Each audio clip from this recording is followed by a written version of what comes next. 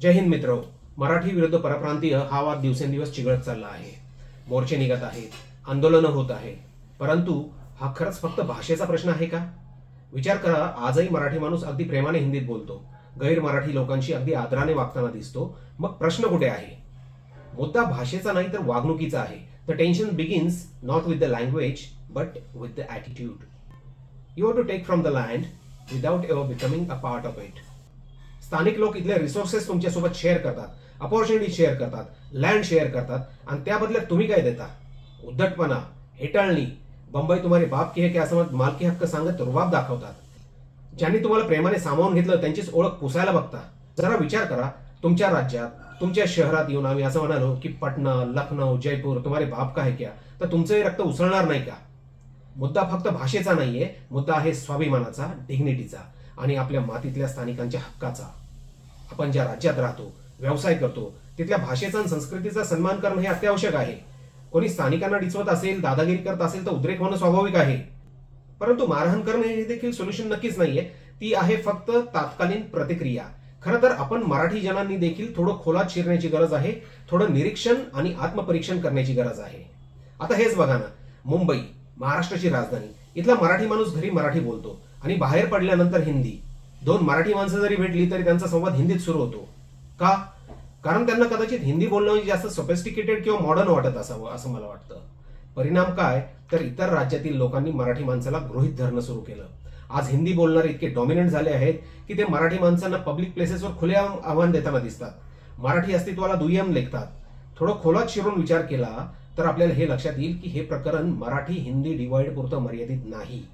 एकेकाळी देशात सर्व शक्तिशाली असलेल्या मराठी माणसाचं खच्चीकरण करण्याचा हा संघटित आणि सुनियोजित प्रयत्न आहे. आणि या सुनियोजित प्रयत्नाच्या मुळाशी मुख्यत्वे दोन घटक आहेत. एक बॉलिवूड आणि दुसरा म्हणजे स्वातंत्र्यानंतर केंद्रात जी वेगवेगळी सरकारे स्थापन झालीत त्यात वजन असलेले बहुसंख्य उत्तर भारतीय महाराष्ट्र द्वेषी नेते. हिंदी मूव्हीज ज्या मोस्टली महाराष्ट्रात तयार होतात त्यामध्ये उत्तर भारतीय लोक म्हणजे कल्चर्ड, स्टायलिश, सक्सेसफुल, पॉवरफुल वगैरे दाखवले जातात. त्यांची नावं असतात सक्सेना, थापर, कपूर आणि हे सगळे रिच कॅरेक्टर्स दाखवले जातात. पण मराठी कॅरेक्टर्स ते हमखास चपराशी, हवलदार, ड्रायव्हर म्हणून दाखवले जातात. मराठी महिला ह्या सर्रास मोलकरणीच्या भूमिकेत दाखवले जातात. उत्तरेकडच्या पात्रांना रिस्पेक्टफुली ऍड्रेस केलं जातं, शर्माजी, ठाकूर साहब, मिस्टर कपूर वगैरे. आणि मराठी पात्रांना ए तावडे चाय लग्या, ए बाबूराव उंगली मत कर अशी हमखास अपमानास्पद वागणूक ऑन स्क्रीन दाखवली जाते. North Indian men are glorified even when they speak with a rustic accent. They are shown as bold, brave and full of swag. दक्षिण भारतीयांना इंटेलेक्च्युअल, बहुधा सायंटिस्टच्या भूमिकेत दाखवलं जातं. काही ठराविक कम्युनिटीजना यशस्वी व्यापारी दाखवलं जातं. अनेक अन्य भाषिकांची थातूर मातूर हिंदी देखील ग्लोरिफाय करून दाखवली जाते आणि मराठी माणसाला मात्र बाबूराव गणपतराव आपटेच्या रूपाने गावंढळ आणि येरपट दाखवलं जातं. मराठी यूथ ते नेहमी गरीब, डरपोक, गावठी, नेबळट आणि सेकंड क्लास सिटीजन म्हणून दाखवले जातात. This repeated stereotyping has taken a toll on the self-image of Marathi youth. The psychological impact is clear. When you are constantly shown as second class on screen, you begin to internalize that message. मग आपण आपली परंपरा, आपली भाषा, आपली जीवनशैली त्यागून इतरांना role model बनवून डोक्यावर घेतो. बॉलिवूडच्या काळ्या करामती अजून काही एपिसोड्स मधून मी एक्सपोज करणार आहे. सध्या आपण हिंदी मराठी वादावर फोकस करूया. हिंदी इंग्रजीच्या चकाचौंधने प्रभावित झालेल्या मराठी माणसांना मी रिमाइंड करतो, महाराष्ट्राचा समृद्ध वारसा आपण विसरता कामा नये. जरा नाशिक, पुणे, कोल्हापूर नगरच्या MIDC मध्ये चक्कर मारा. अनेक पहिल्या पिढीचे यशस्वी मराठी इंडस्ट्रियलिस्ट आपल्याला भेटतील. पुण्या मुंबईतच नव्हे तर परदेशातही आपल्या कर्तृत्वाचा डंक वाजवणारे मराठी शास्त्रज्ञ आपल्याला भेटतील. साहित्य, कला, क्रीडा, वैद्यकीय, सामाजिक आणि कृषी सारख्या क्षेत्रात देशाचा नावलौकिक उंचावणारे अनेक मराठी जन तुमच्या आसपास सापडतील. आणि परप्रांतीय मुळात इथे का येतात? त्यांच्या राज्यात तितक्याशा संधी नाहीत, विकास नाही, इथल्यासारखी आधुनिक जीवनशैली नाही म्हणून ते इथे येतात. त्यामुळे आपण आपली संस्कृती, आपली भाषा सोडून परप्रांतीयांच्या इन्फ्लुएन्समध्ये येणं तद्दन चुकीचं आहे. आपण जर स्वतःच आपल्या भाषेला पब्लिक प्लेसेस, सोशल मीडिया किंवा वर्क प्लेसमध्ये रिस्पेक्ट दिली नाही तर इतरांकडून कशी अपेक्षा ठेवू शकतो? मराठी ही अभिमानाची भाषा आहे. ती शून्यातून जग घडवणाऱ्या छत्रपती शिवरायांची भाषा आहे. आज गरज आहे ती कॉन्शियस एफर्ट्सची. प्रत्येक मराठी माणसाने ठरवावं की आपण मराठीत बोलणार, आत्मविश्वासाने आणि अभिमानाने. मग आपण मॉलमध्ये असू, 5 स्टार हॉटेलमध्ये असू किंवा एअरपोर्टवर.